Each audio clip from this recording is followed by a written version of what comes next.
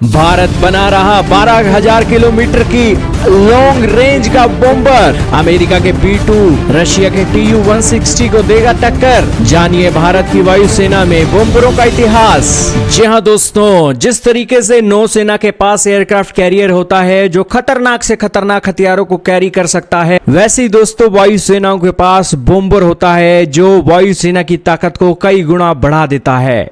हाल ही में अमेरिका ने अपने B-2 बॉम्बरों के चलते ईरान को दहला कर रख दिया और इतना दहलाया कि ईरान की हिम्मत नहीं थी कि अमेरिका को जवाब दे सके। यही कारण है कि ताकतवर देश अपने बॉम्बरों का इस्तेमाल करते हैं और इन बॉम्बरों के अंदर एक जो देश हैं जो बॉम्बर बनाते हैं वो है अमेरिका, वो है रशिया, वो है चाइना। लेकिन भारत इतना बड़ा, इतना महान देश होने के बावजूद भी भारत के पास कोई बॉम्बर नहीं है। लेकिन दोस्तों मीडिया के अंदर कुछ दिन पहले रिपोर्ट आई थी कि इंडियन एयरफोर्स 12,000 किलोमीटर का अल्ट्रा लॉन्ग रेंज का बॉम्बर बना रही है। इस बॉम्बर की खासियत यह होगी कि एक बार उड़ान भरने के बाद दुनिया के किसी भी कोने में यह हमला कर सकता है। अब यह रिपोर्ट निकलकर जब सामने आई तो दोस्तों चर्चाएं बहुत तेज हो गई कि क्या भारत इसे वाकई में ही बनाएगा, क्या भारत ने पहले भी कभी बॉम्बरों का यूज किया हुआ है। तो सारी बातें आज की इस वीडियो में जानेंगे। इस बॉम्बर की सच्चाई के बारे में भी जानेंगे। चैनल पर नए हो तो जरूर सब्सक्राइब करना, बेल आइकन भी जरूर दबा देना। दोस्तों क्या है, भारत के पास, वायुसेना के पास अभी फाइटर जेटों की कमी है। भारत अपने तेजस फाइटर जेट को तो समय पर बनाकर अपनी वायुसेना को दे नहीं सका है और हम अपने देश के अंदर बॉम्बर बनाने का सपना देख रहे हैं। बीते दिनों ही रिपोर्ट निकल कर आई जिसके अंदर, इस रिपोर्ट के अंदर दावा किया गया सोर्सेस के हवाले से।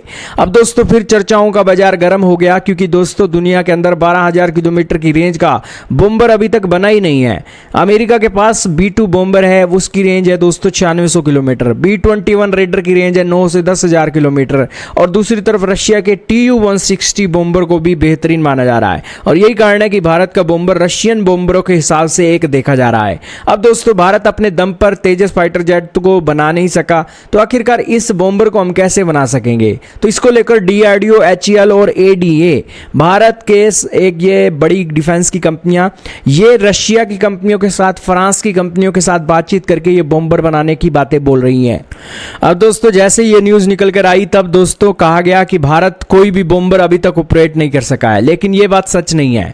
दोस्तों भारत ने 3 squadron American B-24 liberator bomber की 1968 तक ऑपरेशनल करवाई थी और उसके बाद जो ब्रिटेन का बॉम्बर है, ब्रिटिश कैनबेरा, वो भी दोस्तों 1957 के बाद से ही भारत की वायुसेना के अंदर ऑपरेटेड था। 1965-1971 की जंग के अंदर भी कैनबेरा के बॉम्बरों ने दुश्मनों को उड़ाकर रख दिया था और कैनबेरा की जो बॉम्बर की तस्वीरें हैं वो आपके सामने चल रही हैं। ऐसा नहीं है कि भारत अपने देश के अंदर बॉम्बरों का इस्तेमाल नहीं करता है, पहले समय के अंदर करता था, लेकिन दोस्तों उसके बाद से भारत ने कोई भी बॉम्बर नहीं रखे हैं और अब एक अपने देश के अंदर ही बॉम्बर बनाने की बातें निकलकर सामने आ रही हैं। हालांकि इसके ऊपर यूरेशियन टाइम ने एक ऑफिशियल, एक इंडियन एयरफोर्स के ऑफिशियल से डिस्कस की, तो उसका कहना था कि भारत अभी ऐसा कोई भी बॉम्बर बना नहीं रहा है। आपके सामने यूरेशियन टाइम का आर्टिकल चल रहा है और भारत का अपना कोई भी बॉम्बर है भी नहीं और भारत इसके बारे में बना भी नहीं रहा है। भारत के पास एक फाइटर जेट की शॉर्टेज है, अपने जो प्रोजेक्ट पहले से चल रहे हैं उसको ही तय समय पर पूरा कर ले वही बहुत है।